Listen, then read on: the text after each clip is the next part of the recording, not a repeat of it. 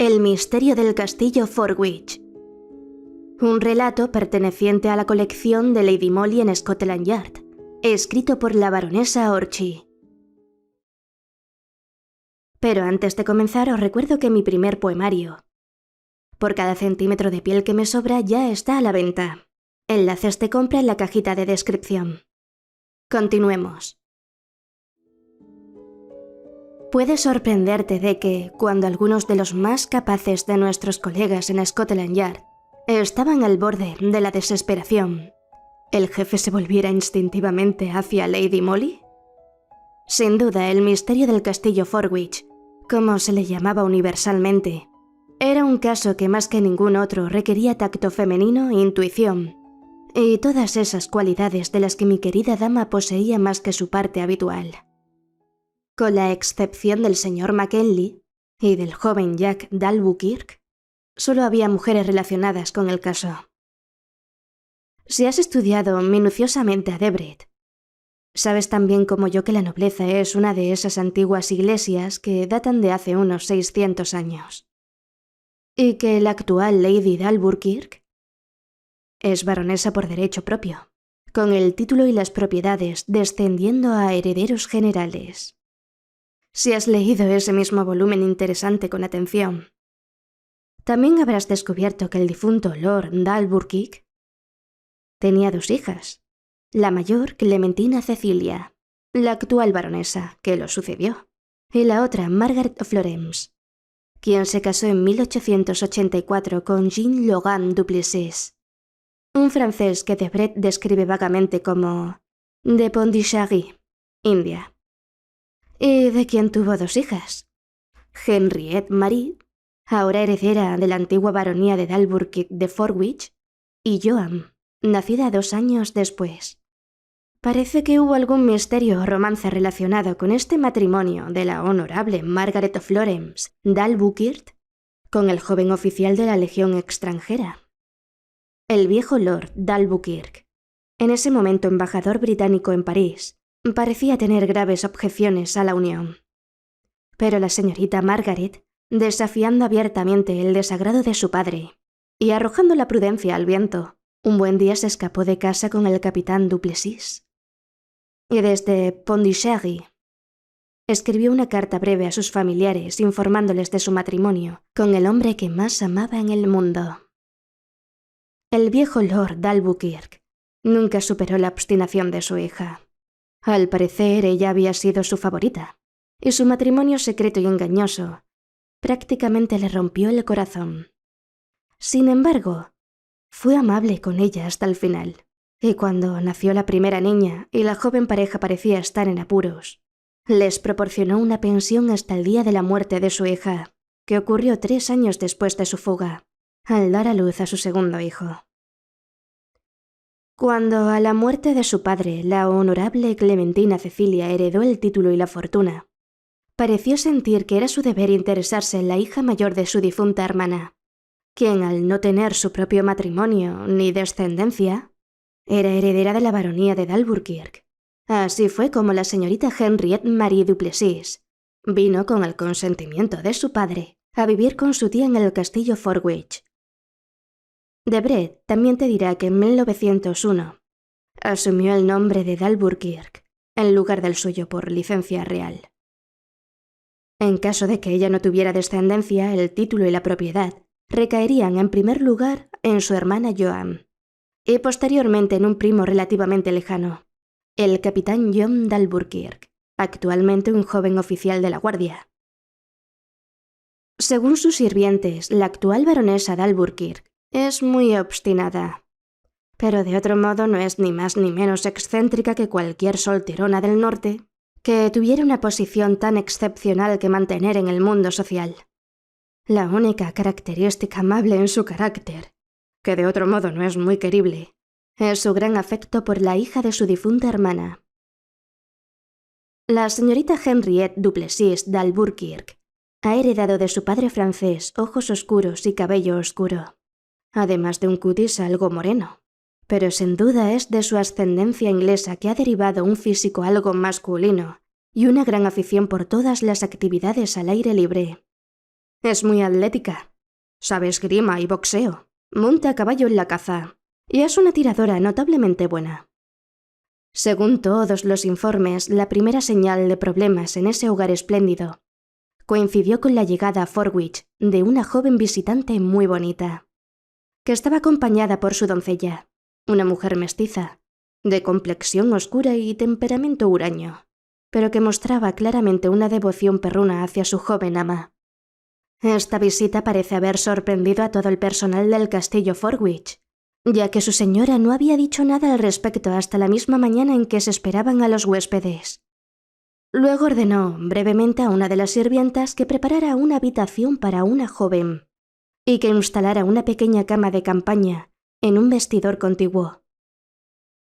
Incluso la señorita Henriette parece haber sido sorprendida por el anuncio de esta visita, porque, según Jane Taylor, la sirvienta en cuestión, hubo un violento intercambio de palabras entre la anciana y su sobrina, quien terminó su discurso emocionado con las palabras: «De todos modos, tía, no habrá espacio para las dos en esta casa». Después de lo cual salió de la habitación, cerrando la puerta de golpe. Muy pronto el personal se enteró de que la recién llegada no era otra que la señorita Joan Duplessis, la hermana menor de la señorita Henriette. Parece que el capitán Duplessis había fallecido recientemente en Pondicherry, y que la joven escribió entonces a su tía, Lady Dalburkirk, reclamando su ayuda y protección, lo cual la anciana consideró naturalmente su deber ofrecerle. Parece que la señorita Joan era muy diferente de su hermana, ya que era pequeña y rubia, más parecida a una inglesa que a una extranjera, y tenía maneras delicadas y encantadoras que pronto la hicieron querida por el personal. La devoción que existía entre ella y la mujer mestiza que había traído de India era además única. Sin embargo, parece que desde el momento en que estas recién llegadas entraron en la casa, las disensiones, que a menudo degeneraban en violentas peleas, se convirtieron en el orden del día. Henriette parecía haber tomado un fuerte desagrado hacia su hermana menor, y sobre todo hacia la sirvienta oscura de esta última, que era vagamente conocida en la casa como Runa. Los sirvientes de Forwich estaban bastante seguros de que algunos eventos de grave importancia se avecinaban. El mayordomo y los lacayos, durante la cena, oyeron fragmentos de conversaciones que sonaban muy ominosos. Se hablaban de abogados, de pruebas, de certificados de matrimonio y nacimiento, rápidamente suprimidos cuando los sirvientes estaban cerca. Su señora parecía terriblemente ansiosa y preocupada, y ella y la señorita Henriette pasaban largas horas encerradas juntas en un pequeño tocador, de donde provenían sonidos ominosos de desgarradoras lágrimas por parte de su señora, y palabras airadas y violentas de la señorita Henriette. El señor McKinley, el eminente abogado de Londres, bajó 2 o 3 veces a Forwich y sostuvo largas conversaciones con su señora, después de las cuales los ojos de ella estaban muy hinchados y rojos. El personal consideró más que extraño que Runa, la sirvienta india, estuviera presente en estas entrevistas entre el señor McKinley, su señora y la señorita Joan. De otro modo, la mujer se mantenía bastante distante, hablaba muy poco, casi no prestaba atención a nadie, salvo a su señora y a su joven ama. Las explosiones de temperamento de la señorita Henriette parecían dejarla completamente impasible. Un hecho extraño era que había tomado un repentino y gran gusto por frecuentar una pequeña capilla de convento católico romano que estaba a unos 3/4 de milla del castillo. Y pronto se entendió que Runa, quien había sido Parsi, había sido convertida por el sacerdote asistente a la fe católica romana. Todo esto ocurrió, ten en cuenta, dentro de los últimos 2 o 3 meses. De hecho, la señorita Joan había estado en el castillo exactamente 12 semanas cuando el capitán Jack Dalburkirk vino a hacer una de sus visitas periódicas a su prima. Desde el principio parece que había tomado un gran gusto por su prima Joan, y pronto todos notaron que este gusto se estaba convirtiendo rápidamente en amor. También era cierto que desde ese momento, las disensiones entre las dos hermanas se volvieron más frecuentes y más violentas, La opinión generalmente aceptada era que la señorita Henriette estaba celosa de Joan, mientras que Lady Dalburkirk, por alguna razón inexplicable, parecía mirar esta relación amorosa con marcado desagrado. Entonces llegó la tragedia. Una mañana, Joan corrió escaleras abajo, pálida y temblando de pies a cabeza. Gemía y sollozaba mientras corría. «Runa, mi pobre Runa, lo sabía. El capitán Jack se encontró con ella al pie de las escaleras. La presionó con preguntas, pero la chica no podía hablar. Simplemente apuntó en silencio hacia el piso de arriba. El joven, genuinamente alarmado, corrió rápidamente hacia el piso superior.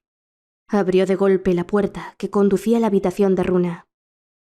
Y allí, para su horror, vio a la desafortunada mujer tendida sobre la pequeña cama de campaña, con un pañuelo sobre la nariz y la boca, y con la garganta cortada. La vista era horrible. La pobre Runa estaba claramente muerta. Sin perder la calma, el capitán Jack cerró tranquilamente la puerta de nuevo, tras pedir urgentemente a Joan que se compusiera y tratara de mantenerse firme, al menos hasta que se pudiera enviar al médico local y comunicar la terrible noticia a Lady Dalburkirk con suavidad. El médico, que fue llamado de manera apresurada, llegó unos 20 minutos después. No pudo hacer más que confirmar los temores de Joan y el capitán Jack. Runa estaba de hecho muerta. De hecho, había estado muerta varias horas. Desde el primer momento, ten en cuenta, el público mostró un interés más que habitual en este misterioso suceso. Los periódicos de la tarde, el mismo día del asesinato, estaban llenos de titulares impactantes como «La tragedia en el castillo Forwich», «Asesinato misterioso de un testigo importante», «Graves cargos contra personas de alta sociedad», y así sucesivamente. A medida que pasaba el tiempo, el misterio se profundizaba más y más. Y supongo que Lady Molly debe haber tenido la corazonada de que más temprano que tarde el jefe tendría que confiar en su ayuda y consejo, porque me envió a asistir a la autopsia y me dio estrictas órdenes de estar atenta a cada detalle relacionado con el crimen, por trivial que pudiera parecer. Ella misma permaneció en la ciudad, esperando una convocatoria del jefe. La autopsia se llevó a cabo en el comedor de Forwich Castle, y el noble salón estaba abarrotado al máximo cuando el forense y el jurado finalmente tomaron asiento, después de haber visto el cuerpo de la pobre mujer asesinada en el piso de arriba. La escena era lo suficientemente dramática como para complacer a cualquier novelista. Y un silencio reverente descendió sobre la multitud cuando, justo antes de que comenzaran los procedimientos, se abrió una puerta y entró, rígida y erguida, la baronesa Dalburkirk, escoltada por su sobrina, la señorita Henriette, y seguida de cerca por su primo, el capitán Jack de la guardia. El rostro de la anciana era tan indiferente y altanero como de costumbre, al igual que el de su atlética sobrina. El capitán Jack, por otro lado, parecía preocupado y ruborizado. Todos notaron que, tan pronto como entró en la habitación, sus ojos buscaron una pequeña figura oscura que estaba sentada silenciosa e inmóvil al lado de la figura corpulenta del gran abogado, el señor Hubert McKinley. Esta era la señorita Joan Duplessis, con un sencillo vestido negro de tela, su joven rostro pálido y manchado de lágrimas. El doctor Walker, el médico local, fue por supuesto el primer testigo llamado. Su testimonio fue puramente médico. Afirmó haber examinado el cuerpo y declaró que encontró un pañuelo empapado en cloroformo que había sido presionado contra las fosas nasales de la mujer, probablemente mientras dormía. Su garganta había sido cortada posteriormente con un cuchillo afilado. La muerte debe haber sido instantánea, ya que la pobre no podía haber luchado en absoluto. En respuesta a una pregunta del forense, el médico dijo que no se requeriría mucha fuerza o violencia para el macabro acto, ya que la víctima estaba indudablemente inconsciente cuando se llevó a cabo. Al mismo tiempo, eso indicaba una inusual calma y determinación. Se presentó el pañuelo, así como el cuchillo. El primero era de un color brillante, que se decía que era propiedad de la fallecida. El segundo era un cuchillo de caza antiguo y extranjero. uno de un arsenal de pequeñas armas y otros utensilios que adornaban una esquina del salón. Lo había encontrado el detective Elliot en un grupo de espinos en el campo de golf adyacente. No podía haber duda de que había sido usado por el asesino para su funesto propósito, ya que en el momento en que se encontró aún mostraba trazas de sangre. El capitán Jack fue el siguiente testigo llamado. Tenía muy poco que decir, ya que solo vio el cuerpo desde el otro lado de la habitación. Y de inmediato cerró la puerta de nuevo, y habiendo pedido a su prima que se compusiera, llamó a su propio criado y lo envió a buscar al médico. Se llamó a algunos miembros del personal de Forwich Castle, todos los cuales testificaron sobre la curiosa taciturnidad de la mujer india, que la dejaba bastante aislada entre sus compañeros sirvientes. Sin embargo, la sirvienta de la señorita Henriette, Jane Parlett, tenía uno o dos hechos más interesantes que registrar.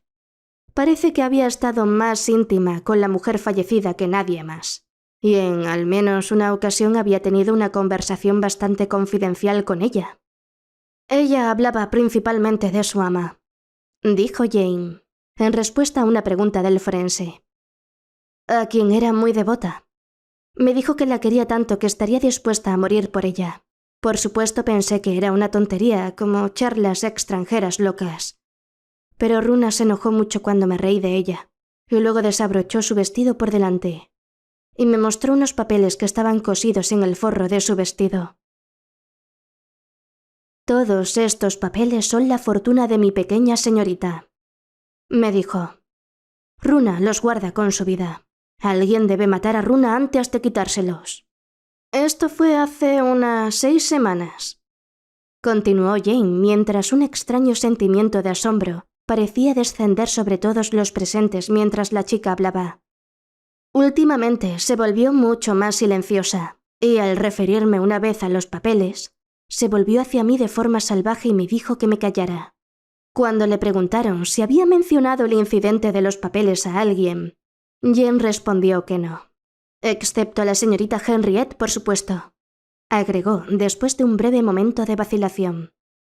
A lo largo de todos estos exámenes preliminares, Lady Dalburkirk, sentada entre su primo el capitán Jack y su sobrina Henriette, había permanecido completamente en silencio con una postura erguida que expresaba indiferencia altanera. Henriette, por otro lado, parecía visiblemente aburrida. Una o dos veces había bostezado audiblemente, lo que provocó un gran descontento entre los espectadores. Tal insensibilidad en medio de una tragedia tan misteriosa, y cuando su propia hermana estaba claramente en tan profundo dolor, impresionó muy desfavorablemente a todos. Era bien sabido que la joven había tenido una lección de esgrima justo antes de la autopsia en la habitación inmediatamente debajo de donde yacía muerta Runa, y que dentro de una hora tras el descubrimiento de la tragedia, estaba tranquilamente jugando al golf. Luego fue llamada la señorita Joan Duplessis. Cuando la joven dio un paso adelante, se produjo ese silencio reverente en la sala que suele caer sobre una audiencia atenta, cuando a punto está de levantarse el telón en el acto crucial de una obra dramática. Pero ella estaba calmada y serena, y lucía maravillosa en su vestido negro profundo, con las obvias líneas de dolor que la triste muerte de una amiga fiel había dejado en su joven rostro. En respuesta al forense, dio su nombre como Joan Clarissa Duplessis, y declaró brevemente que hasta el día de la muerte de su sirvienta había residido en Forwich Castle, pero que desde entonces había dejado ese hogar temporal, y se había alojado en el Dalburkirk Arms, un pequeño y tranquilito hotel en las afueras del pueblo. Hubo una clara sensación de asombro entre aquellos que no estaban al tanto de este hecho, y entonces el forense dijo amablemente: «Creo que usted nació en Pondicherry, en India, y es la hija menor del capitán y la señorita Duplessis, que era la hermana de sangre de su señora». «Nací en Pondicherry», respondió la joven tranquilamente, «y soy la única hija legítima del difunto capitán y la señorita Duplessis, hermana propia de la señora». Una oleada de sensaciones, rápidamente reprimida por el forense, recorrió la multitud al oír estas palabras. El énfasis que la testigo había puesto en la palabra legítima no podía ser malinterpretado, y todos sintieron que aquí debía encontrarse la clave del misterio, hasta ahora impenetrable, de la muerte de la mujer india. Todos los ojos se volvieron ahora hacia la anciana Lady Dalburkir y su sobrina Henriette. Pero las dos damas estaban llevando a cabo una conversación en susurros y aparentemente habían dejado de interesarse más en el proceso. «La fallecida era su criada de confianza, ¿verdad?», preguntó el forense tras una breve pausa. «Sí». «¿Vino a Inglaterra con usted recientemente?». «Sí, tuvo que acompañarme para ayudarme a probar mi reclamo de ser la única hija legítima de mi difunta madre, y por tanto la heredera del título de baronesa de Alburquerque». Su voz había temblado un poco al decir esto, pero ahora, mientras reinaba un silencio expectante en la sala, parecía hacer un esfuerzo visible por controlarse, y respondiendo a la pregunta del forense, dio un relato claro y satisfactorio de su terrible descubrimiento sobre la muerte de su fiel sirvienta. Su testimonio duró unos 15 minutos, cuando de repente el forense le hizo la pregunta trascendental. ¿Sabe algo sobre los papeles que la fallecida llevaba sobre sí? ¿Y a los que ya se han hecho referencia? Sí, respondió tranquilamente. Eran las pruebas relacionadas con mi reclamación. Mi padre, el capitán Duplessis, había contraído en su juventud, antes de conocer a mi madre, una unión secreta con una mujer mestiza, que era la hermana propia de Runa. Harto de ella, decidió repudiarla. Ella no tenía hijos, pero la legalidad del matrimonio nunca estuvo en cuestión. Después de eso se casó con mi madre, y su primera esposa murió posteriormente, principalmente de un desengaño amoroso. Pero su muerte solo ocurrió 2 meses después del nacimiento de mi hermana Henriette.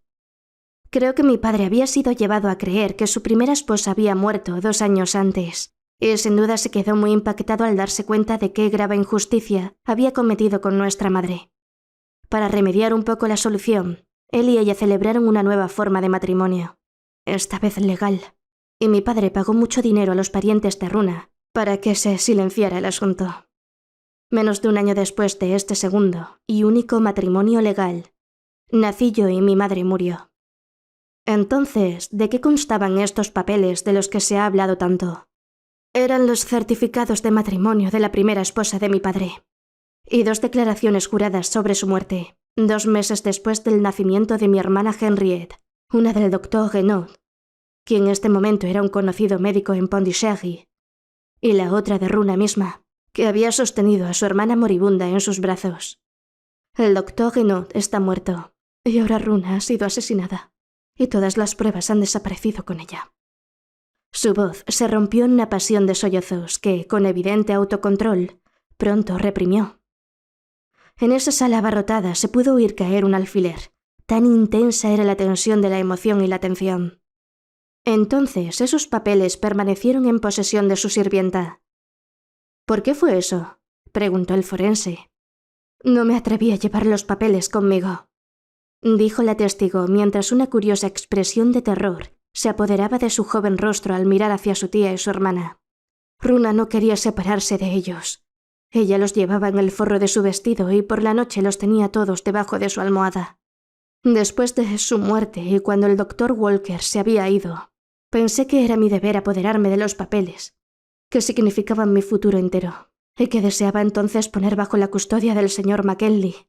Pero aunque busqué cuidadosamente en la cama y en toda la ropa a un lado de mi pobre Runa, no encontré los papeles, habían desaparecido.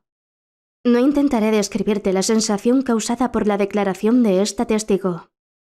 Todos los ojos se desviaron de su pálido rostro joven al de su hermana, que estaba casi enfrente de ella, encogiéndose de hombros y mirando a la patética figura ante ella con una indiferencia altanera y fría. Ahora, dejando de lado la cuestión de los papeles por un momento, dijo el forense tras una pausa. ¿Sabe algo sobre la vida privada de su fallecida sirvienta? ¿Tenía algún enemigo o quizás un amante? No, respondió la joven. La vida entera de Runa estaba centrada en mí y en mi reclamo. A menudo le había suplicado que pusiera nuestros papeles bajo la custodia del señor Mackenlie. Pero ella no confiaba en nadie. Ojalá me hubiera obedecido. Aquí gemía la pobre chica involuntariamente. Y no habría perdido lo que significa mi futuro entero. Y la persona que más me amaba en el mundo no habría sido asesinada de forma tan vil. Por supuesto, era terrible ver a esta joven así, ofreciendo instintivamente, y seguramente sin intención, tan espantosa acusación contra aquellos que estaban tan cerca de ella. Que el caso entero se había vuelto desesperadamente complicado y misterioso, nadie podía negarlo. ¿Puedes imaginar la imagen mental formada en la mente de todos los presentes por la historia, tan patéticamente narrada, de esta chica que había venido a Inglaterra para hacer valer su reclamo, que consideraba justo, y que de un solo golpe vio ese reclamo convertido en muy difícil de probar debido al atroz asesinato de su testigo principal? Que su reclamación estaba seriamente comprometida por la muerte de Runa y la desaparición de los papeles se dejó muy claro, sobre todo tras las declaraciones del señor Mackenzie, el abogado. No podía decir mucho, por supuesto, y sus declaraciones nunca podrían haber sido consideradas como prueba real, porque Runa y Joan nunca habían confiado plenamente en él, y nunca habían colocado realmente las pruebas de la reclamación en sus manos. Él ciertamente había visto el certificado de matrimonio de la primera esposa del capitán Duplessis, y una copia de este, como él dijo correctamente, podría obtenerse de forma fácil. La mujer parece haber muerto durante la gran epidemia de cólera de 1881, cuando, debido al gran número de muertes que ocurrieron, el engaño y ocultamiento practicados por los nativos en Pondicherry y la pasividad del gobierno francés, los certificados de defunción se redactaron de manera muy casual y a menudo incorrecta. Runa había venido a Inglaterra lista para jurar que su hermana había muerto en sus brazos 2 meses después del nacimiento de la hija mayor del capitán Duplessis, y había el testimonio jurado del doctor Renaud, ya fallecido. Estas declaraciones juradas las había visto y leído el señor Mackenzie. En contraposición a eso, la única prueba que quedaba ahora de la justicia del reclamo de Joan Duplessis era el hecho de que su madre y su padre celebraron una segunda forma de matrimonio, algún tiempo después del nacimiento de su primera hija, Henriette. Este hecho no fue negado, y por supuesto podría probarse fácilmente, si fuera necesario, pero incluso entonces no sería de ninguna manera concluyente. Implicaba la existencia de una duda en la mente del capitán Duplessis, una duda que la segunda ceremonia de matrimonio pudo haber servido para aclarar. Pero no establecía en modo alguno la ilegitimidad de su hija mayor. De hecho, cuanto más hablaba el señor Mackenzie, más convencidos estaban todos de que el robo de los papeles tenía todo que ver con el asesinato de la desafortunada Runa. Ella no quería separarse de las pruebas que significaban la fortuna de su ama, y pagó por su devoción con su vida. Varios testigos más fueron llamados después de eso. Se interrogó de cerca a los sirvientes. Se volvió a llamar al médico. Pero a pesar de largos y arduos esfuerzos, el forense y el jurado no pudieron sacar a la luz un solo hecho real más allá de los ya expuestos. La mujer india había sido asesinada. Los papeles que siempre llevaba consigo habían desaparecido. Más allá de eso, nada. Una impenetrable pared de silencio y misterio. El mayordomo de Forwich Castle había ciertamente notado la falta del cuchillo con el que Runa había sido asesinada, de su lugar acostumbrado en la mañana después de que se cometió el asesinato, pero no antes. Y el misterio ganó aún más intensidad por el hecho de que la única compra de cloroformo en la zona había sido rastreada a la propia mujer asesinada. Ella había bajado a la farmacia local un día, unas 2 o 3 semanas antes, y le mostró al farmacéutico una receta para limpiar el cabello que requería algo de cloroformo. Él le dio una cantidad muy pequeña en un frasco diminuto, que posteriormente fue encontrado vacío en su propia mesa de tocador. Nadie en Forwich Castle podía afirmar haber oído algún ruido inusual durante esa memorable noche. Incluso Joan, que dormía en la habitación contigua a aquella donde yacía la desafortunada Runa, dijo que no había oído nada raro. Pero entonces, la puerta de comunicación entre las 2 habitaciones estaba cerrada, y el asesino había sido rápido y silencioso. Así, esta extraordinaria autopsia llegó a su fin, dejando a su paso un aire de oscura sospecha y horror inexplicable. El jurado regresó un veredicto de asesinato intencionado contra alguna persona o personas desconocidas.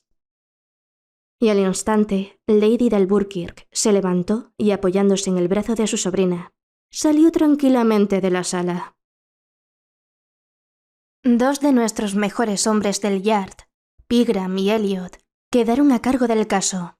Permanecieron en Forwich, la pequeña localidad cercana, al igual que la señorita Joan, que se había establecido de manera permanente en el Dalburkirk Arms, mientras yo regresaba a la ciudad inmediatamente después de la autopsia. El capitán Jack había vuelto a unirse a su regimiento y, aparentemente, las damas del castillo habían reanudado su tranquila y lujosa vida como siempre. La anciana llevaba una vida algo aislada. La señorita Henriette se dedicaba a la esgrima y el boxeo, jugaba al hockey y al golf, y sobre el hermoso castillo y sus altivas inquilinas, planeaba como un feo ave de presa la amenazante presencia de una sospecha sin nombre. Las dos damas podían elegir desafiar la opinión pública, pero la opinión pública estaba totalmente en su contra. Nadie se atrevía a formular un cargo. Pero todos recordaban que la señorita Henriette había estado, la misma mañana del asesinato, jugando al golf en el campo donde se descubrió el cuchillo, y que si la señorita Joan Duplessis no lograba hacer valer su reclamo a la baronía de Dalburkirk, la señorita Henriette quedaría en posesión indiscutible. Así que ahora, cuando las damas pasaban en coche por la calle del pueblo, nadie se descubría para saludarlas, y cuando en la iglesia el párroco leía el sexto mandamiento, «No matarás», todas las miradas se posaban con temor reverente sobre la anciana baronesa y su sobrina. Reinaba una espléndida soledad en Forwich Castle. Los periódicos diarios se volvían cada vez más sarcásticos a expensas de las autoridades de Scotland Yard, y el público se mostraba cada vez más impaciente. Entonces fue cuando el jefe se desesperó y mandó a llamar a Lady Molly, lo que resultó que una vez más hiciera el viaje a Forwich, pero esta vez en compañía de mi querida dama, quien había recibido carta blanca de la sede para hacer lo que considerara correcto en la investigación del misterioso crimen. Ella y yo llegamos a Forwich a las 8 de la tarde, tras la habitual larga espera en Newcastle. Nos hospedamos en el Dalburkirk Arms, y durante una cena rápida y muy mala, Lady Molly me permitió un breve vistazo a sus planes. «Puedo ver cada detalle de ese asesinato, Mary», dijo con seriedad, «como si hubiera vivido en el castillo todo el tiempo. Sé exactamente dónde están nuestros hombres equivocados y por qué no pueden avanzar. Pero aunque el jefe me ha dado libertad total, lo que voy a hacer es tan irregular que si fracaso probablemente me darán el despido inmediato, mientras que algo de la deshonra seguramente se quedará contigo. No es demasiado tarde. Aún puedes retroceder y dejarme actuar sola». La miré fijamente a la cara. Sus ojos oscuros brillaban.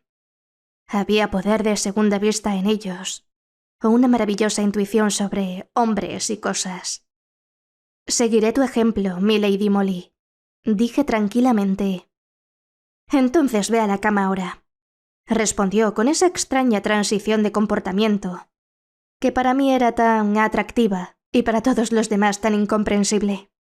A pesar de mi protesta, se negó a escuchar más conversaciones o a responder más preguntas, y por fuerza tuve que ir a mi habitación. A la mañana siguiente vi su figura elegante, inmaculadamente vestida con un perfecto traje a medida, de pie junto a mi cama a una hora muy temprana. «¿Por qué? ¿Qué hora es?», exclamé de repente muy despierta. «Demasiado temprano para que te levantes», respondió con tranquilidad. «Voy a la misa temprana en el convento católico romano cercano». «¿A misa en el convento católico romano?» «Sí, no repitas todas mis palabras, Mary. Es tonto y pierde tiempo. Me he presentado en el vecindario como la estadounidense señorita Silas A. Odjem, cuya motorizada se ha averiado y se está reparando en Newcastle. Me divierto viendo las bellezas de la zona.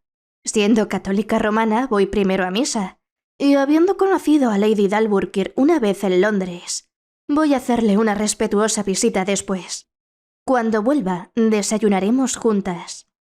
Podrías intentar mientras tanto hacerte amiga de la señorita Joan Duplessis, que todavía se queda aquí, y pedirle que se una a nosotras para desayunar». Ella se había ido antes de que pudiera hacer otro comentario, y no tuve más remedio que obedecerle al pie de la letra.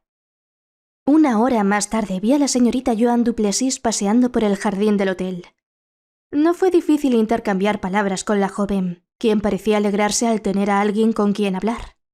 Hablamos del tiempo y cosas por el estilo, y evité deliberadamente el tema de la tragedia de Forwich Castle hasta el regreso de Lady Molly alrededor de las 10. Ella regresó luciendo tan elegante, tan serena, como cuando partió 3 horas antes. Solo yo, que la conocía tan bien, noté el brillo de triunfo en sus ojos y supe que no había fallado. Ella estaba acompañada por Pigram, quien, sin embargo, inmediatamente dejó su lado y se dirigió directamente al hotel, mientras ella se unía a nosotras en el jardín y, tras unas pocas palabras graciosas, se presentó a la señorita Joan Duplessis y le pidió que se uniera a nosotras en la sala de café de arriba. La sala estaba vacía y nos sentamos a la mesa. Yo temblando de emoción a la espera de los acontecimientos. A través de la ventana abierta vi a Elliot caminando rápidamente por la calle del pueblo. Pronto la camarera se fue y yo estaba demasiado nerviosa para comer o hablar. Lady Molly, mientras tanto, mantenía una conversación continua con la señorita Joan, preguntándole sobre su vida en la India y sobre su padre, el capitán Duplessis. Joan admitió que siempre había sido la favorita de su padre. Él nunca le gustó a Henriette, explicó. Lady Molly le preguntó cuándo había conocido por primera vez a Runa. Ella vino a la casa cuando murió mi madre, respondió Joan. Y se encargó de mí cuando era bebé. En Pondicherry nadie pensó que fuera extraño que ella llegara como sirvienta a la casa de un oficial, donde su propia hermana había reinado como dueña. Pondicherry es un asentamiento francés, y las costumbres y modales allí suelen ser muy peculiares. Me atreví a preguntarle cuáles eran sus planes futuros. Bueno, dijo con un gran toque de tristeza. No puedo hacer nada mientras mi tía esté viva. No puedo obligarla a que me deje vivir en Forwich, o a que me reconozca como su heredera. Después de su muerte, si mi hermana asume el título y la fortuna de Dalburkirk, añadió, mientras de repente una extraña expresión de venganza, casi de odio y crueldad, desfiguraba la expresión infantil de su rostro. Entonces reviviré la historia de la tragedia de la muerte de Runa, y espero que la opinión pública... Se detuvo aquí en su discurso y yo, que había estado mirando por la ventana, volví mis ojos hacia ella. Estaba pálida como el yeso, mirando fijamente al frente. Sus manos dejaron caer el cuchillo y el tenedor que estaba sosteniendo. Entonces vi que Pigram había entrado en la habitación, que se había acercado a la mesa y le había colocado un paquete de papeles en la mano a Lady Molly. Lo vi todo como en un destello. Hubo un grito de desesperación como el de un animal acorralado, un grito agudo, seguido de un profundo «No, no lo harás», de Pigram. Y antes de que alguien pudiera detenerla, la elegante figura joven de Joan se delineó por un breve momento en la ventana abierta. Al siguiente momento había desaparecido en la profundidad de abajo, y escuchamos un golpe sordo que casi me heló la sangre en las venas. Pigram salió corriendo de la habitación, pero Lady Molly se quedó completamente inmóvil. «He logrado aclarar la parte inocente», dijo con tranquilidad, «pero la parte culpable se ha impuesto su propio castigo». «¿Entonces fue ella?», murmuré horrorizada. «Sí, lo sospechaba desde el principio», respondió Lady Molly con calma. «Fue esta conversión de Runa al catolicismo romano y su consiguiente cambio de comportamiento lo que me dio la primera pista». «¿Pero por qué? ¿Por qué?», musité. «Una razón sencilla, Mary», replicó, tocando el paquete de papeles con su delicada mano. Y, rompiendo la cuerda que ataba las cartas, las dispuso sobre la mesa. Todo fue un fraude de principio a fin. El certificado de matrimonio de la mujer estaba bien, por supuesto, pero desconfié de la autenticidad de los otros papeles desde el momento en que escuché que Runa no los quería entregar y no permitía que el señor Mackenlie se hiciera cargo de ellos. Estoy segura de que la idea al principio era simplemente un chantaje. Los papeles solo eran el medio para extorsionar dinero de la anciana, y no había intención de llevarlos a los tribunales. La parte de Runa era, por supuesto, lo más importante en todo el caso, ya que ella estaba aquí preparada para jurar la fecha real de la muerte de la primera Madame Duplessis. La iniciativa, por supuesto, puede haber venido ya sea de Joan o del capitán Duplessis mismo, por odio hacia la familia que no quería tener nada que ver con él y su hija menor favorita. Eso, por supuesto, nunca lo sabremos. Al principio, Runa era una Parsi, con una devoción casi perruna hacia la niña a la que había criado de bebé, y que, sin duda, la había adoctrinado bien en el papel que iba a interpretar. Pero pronto se convirtió al catolicismo. Una conversión ardiente, recuerda, con todo el miedo de un católico romano al fuego del infierno. Fui al convento esta mañana, escuché el sermón del sacerdote allí, y me di cuenta de qué influencia debió haber tenido su elocuencia sobre la pobre, ignorante y supersticiosa Runa. Ella todavía estaba dispuesta a morir por su joven ama, pero ya no estaba dispuesta a jurar una mentira por su bien. Después de la misa visité el castillo de Forwich, expliqué mi situación a la anciana Lady de Alburquerque, quien me llevó a la habitación donde Runa había dormido y muerto. Allí encontré dos cosas. Continuó Lady Molly mientras abría el elegante retículo que aún colgaba de su brazo y colocaba una gran llave y un libro de oraciones frente a mí. La llave la encontré en un cajón de un viejo armario en el vestidor donde dormía Runa, con todo tipo de objetos que pertenecían a la desafortunada mujer. Y yendo hacia la puerta que conducía a lo que había sido el dormitorio de Joan, descubrí que estaba cerrada, y que esta llave encajaba en la cerradura. Runa había cerrado esa puerta desde su lado. Tenía miedo de su ama. Ahora sabía que estaba en lo correcto en mi suposición. El libro de oraciones es católico romano. Está muy desgastado en las partes donde se condenan los falsos juramentos y las mentiras como pecados mortales que merecen el castigo del fuego eterno. Runa, aterrorizada por el miedo a lo sobrenatural, una nueva convertida a la fe, temía cometer un pecado mortal. ¿Quién sabe qué pasó entre las dos mujeres, ambas de las cuales han tenido un final tan violento y terrible? ¿Quién puede decir qué oraciones, lágrimas, persuasiones empleó Joan Duplessis desde el momento en que se dio cuenta de que Runa no tenía intención de jurar la mentira que habría traído riqueza y glamour a su ama, hasta el día terrible en que finalmente comprendió que su criada ya no iba a callar y planeó un terrible medio de silenciarla para siempre? Con esta certeza ante mí me atreví a hacer mi gran golpe. Estaba tan segura, ¿ves? Mantuvimos a Joan hablando aquí, mientras enviaba a Pigram a su habitación con órdenes de romper las cerraduras de su bolso y de su tocador. Ahí tienes. Te dije que si me equivocaba probablemente me despedirían de la fuerza por irregularidad, ya que por supuesto no tenía derecho a hacerlo.